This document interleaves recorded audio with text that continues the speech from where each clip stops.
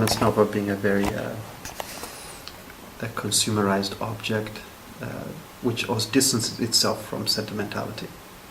So it's this very like a cheap paperback, and being a product like Mills Boons or Harlequin, is that they have this similar image as a immediate read as a romance novel. So I'm imagining my image was this shelving, that the shelves become almost become this culture or national identity, as all the books are kind of put into this shelving and looked upon as those things, those, e.g. those people, that group of things. That homogenized group. Yeah. So, but then when one goes to the shelves and pick one book up and spend time with it, and they get connected to it, and the intimacy, which is in the romance novel too, there's a certain kind of appropriations, but there's a little bit of different little nuances and characters, and you put it back in, then you pick another one, and it's not the same, especially with this project. It might be more similar in actual romance novels, but here it was so important that each book was made by an individual artist. So, or group of artists as a grouping together, but individuality, so that the group, this homo group, is not this sameness, but it's an eclectic differences that make up a community. So as I mentioned earlier, that the triggering of questioning the position of love in my work was the whole tension that was existing, the atrocities in the Gaza Strip that was tearing everybody's heart at the time too. And it was just these people and these people, and they're the same people, but they're separated as those people and those people. And we were dealing with the same in the United States, with the elections, like the denial of an Islamic identity, all this, those people and those people, So I really wanted something that exemplified a unified whole that alluded to sameness, but then when the shock of the difference occurs, it still embraced unity and not as a divided difference. So the individual within the homogenized group became important. So Very the artist important. and the intimate act of picking up a book and reading, which the physicalness we talked about before, which is kind of disappearing in a lot of ways. So that's where the seed for the project started. The book being a way of entering a more historical one we're more used to, like how we pick up a book and we fantasize. We read sentences and we make up this creative imagination in our head of the landscape, of the characters, which our mind is only as big as we know. So it's based on our physical experiences in a daily life.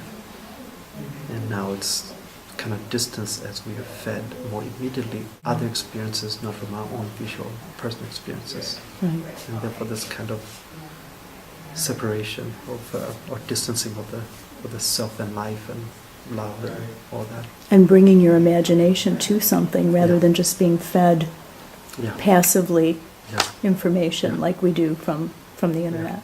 I mean, idealistically, those terms, put yourself in somebody else's shoes, and it doesn't always, a lot of people grow up with that. Yes. But I think if you really don't... Empathy.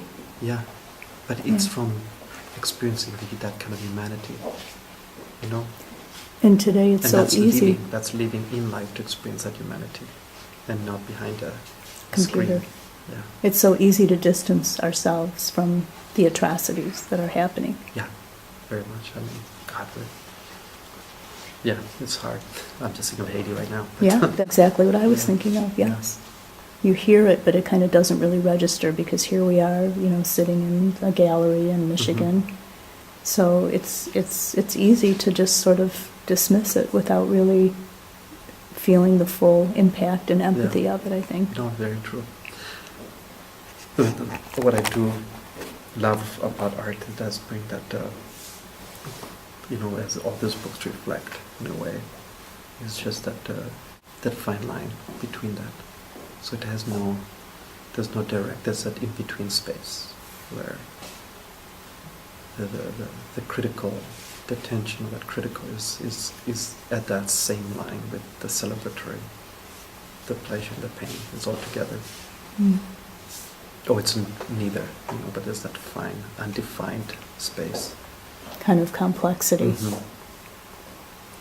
So once it's planted, then you it kind of came to fruition by you becoming more it's sort of choosing the idea as finding other artists to Well, originally, create the books. I've been So- working for a while on this project, and I built up a whole website to conceptualize it and go through the whole thought processes. With the website, I designed for the artists. I had that in mind, like who's reading it was the artist, so that to kind of bring them into this project and feel the necessity and the community aspect of it. I saw the website. It was beautifully designed, by the way. Thank you. It really Thank you. was. But I needed a venue, and when the curator Dick Goody came across this and got excited about it, Mm-hmm. that suddenly opened a possibility to start out somewhere. Mm-hmm. But it made me enter it slightly differently, because being a curated exhibit, I couldn't make a call out. It was a project in itself that was curated into the exhibit. So I had to address how I was going to call. Mm-hmm. Mm-hmm. But through that, something wonderfully happened where I had to call people individually. So it became this very personal way. And then to spread the love was each one invited one person. That's kind of why I offhandedly had the two shelves encoupled each other. Okay. The two chairs and the whole notion of this kind of conversation. So the act of curating actually became a way of connecting Yeah. and becoming intimate and talking to people. Yeah, and I thought that was a whole another layer that existed in it that I wasn't expecting. Mm-hmm. Huh. Those kind of constant conversation with most of them in terms of the whole process. Mm-hmm. So you made a lot of new friends too. Very much, yes. Mm-hmm. Very much. That's very cool. Yeah.